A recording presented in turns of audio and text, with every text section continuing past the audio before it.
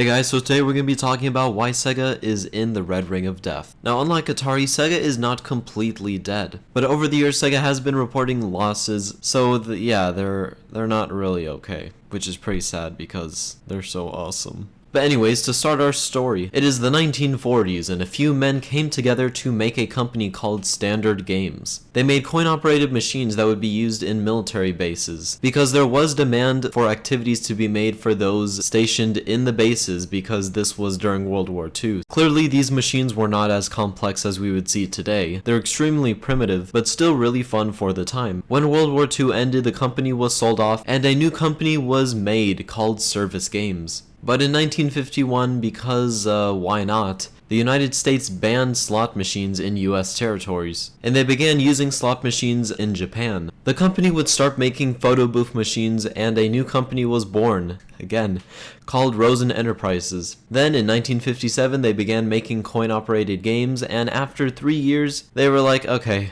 let's close down Service Games on May 31st of 1960. 5 years after that, Rosen Enterprises was doing really well and had 200 arcades. So Nihon Goraku Busan merged the company to make a new one called Sega Enterprises. And within a year, Sega started turning from an importer to a manufacturer. Periscope was Sega's first game and it was extremely successful. In 1969, Rosen sold Sega to Gulf and Western Industries and Sega continued growing. During the 70s and 80s, the arcade industry began booming, which meant Sega was booming. In 1982, Sega made over $214 million. In 1983, Sega began putting some of their games onto the 2600 until the video game crash. Yeah, that even hurt Sega, and their revenue dropped to $136 million. So their response to this was to make a video game console called the SG-1000, but that flopped because the exact same day the Famicom came out. Ironic though that the SG-1000 had much better third-party support. So Gulf and Western Industries sold Sega Enterprises to Bally Manufacturing, a pinball maker, and after almost 20 years in the company, Rosen left his spot as CEO. Nakayama would take over this position and CSK bought Sega in 1984.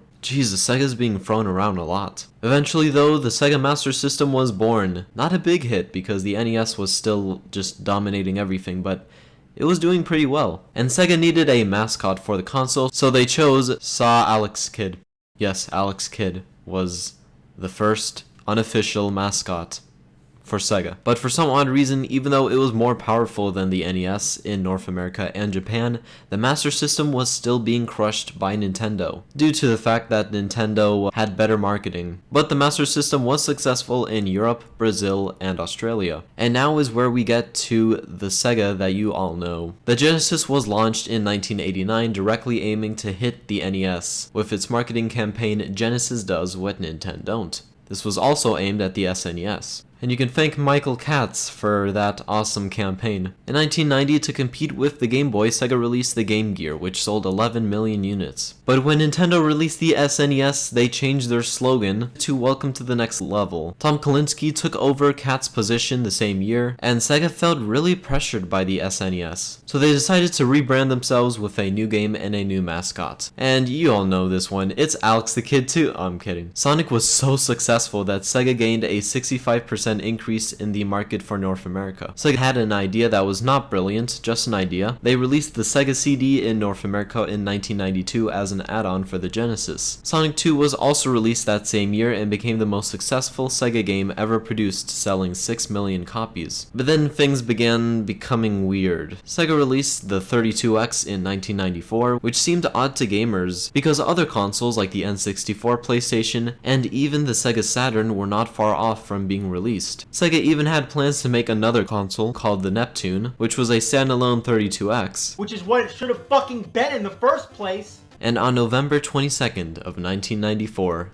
the Saturn was born. But it really turned off gamers with its $400 price tag, reminiscent to how people felt about the Xbox One. This is where the PlayStation's very famous $299 slogan helped them a lot. Another problem that I have said in the past with my console versus console series is that the Saturn had a lack of good titles. There were only like a few good games, and that's reminiscent to the Wii U. The mid-90s rolled along and Sega began making more violent and explicit games to market the company as being for all ages, which was a good decision. That's sort of where Nintendo's had a weak spot. And just like I've said before, I think multiple times, I saw this from a Nintendo Power magazine. If you market something for older ages, the younger audience will follow because they see that as the cool thing. So in December of 1994, a month after the Saturn release, Sega made the Sega Channel, a subscription service that worked with Time Warner Cable. For gamers, at its peak, Sega's channel had around 250,000 subscribers, which I guess is pretty decent. You could sort of compare that to like Dolan Dark. In 1997, the Sega Channel began getting technical issues, and this disrupted the service. And in 1998, the Sega Channel was discontinued. A few months later, the Dreamcast was released in Japan and didn't really do well due to the fact that many Japanese customers enjoyed the PlayStation 1 and were hyped for the PS2. And I guess some just liked Nintendo. But in North America, the Dreamcast launched in 1999 and did incredible. The reason it did so well in the US was because in Japan, the launch didn't have many third-party games and first-party games. But the US launch did and had aggressive marketing. 500,000 Dreamcasts were sold in the first 2 weeks. But then,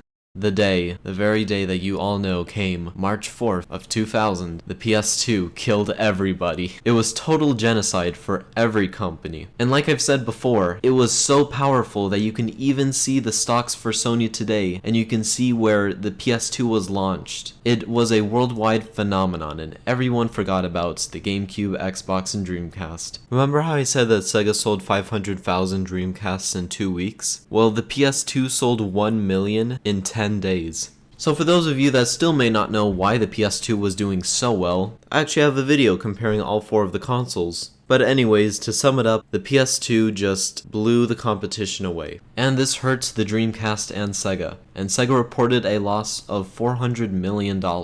On May 22nd of 2000, Okawa replaced Iramajiri as president of Sega, and on January 21st of 2000, Sega announced to the world that they would stop making hardware and become a third-party software developer.